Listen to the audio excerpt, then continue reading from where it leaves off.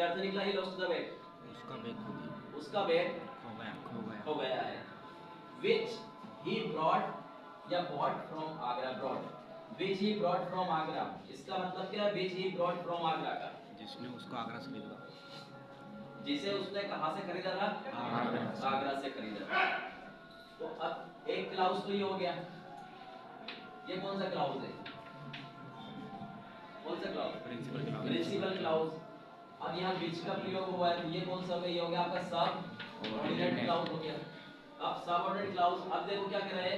Which he brought from Agra, he lost the bag which he brought from Agra, यानी उसने उसका bag खो गया है, बैग खो गया है या उसने बैग खो दिया। और इस लाइन का मतलब है कि जिस बैग को उसने कहां से खरीदा था? आगरा से।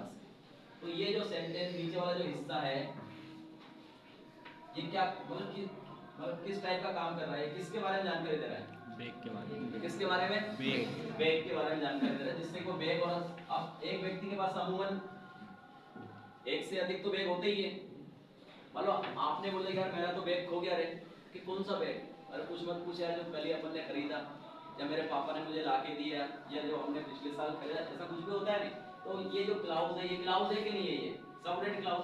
अब सबऑर्डिनेट क्लाउज पे काम, इसके गुण, इसके अंदर गुण काय के हैं? नाउन क्लाउज के हैं, एडजेक्टिव क्लाउज के, एडवर्ब क्लाउज के हैं? एडजेक्टिव। काय के हैं ये? एडजेक्टिव क्लाउज के गुण हैं। तो ये किसकी विशेषता बता रहा है? बैग की। और बैग एक प्रकार का क्या है? नाउन।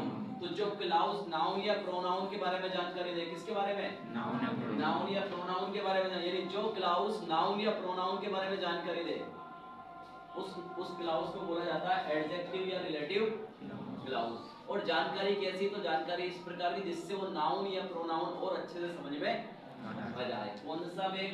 तो ये जो बैग उसने कहां से खरीदा? आगरा से। अब मान लो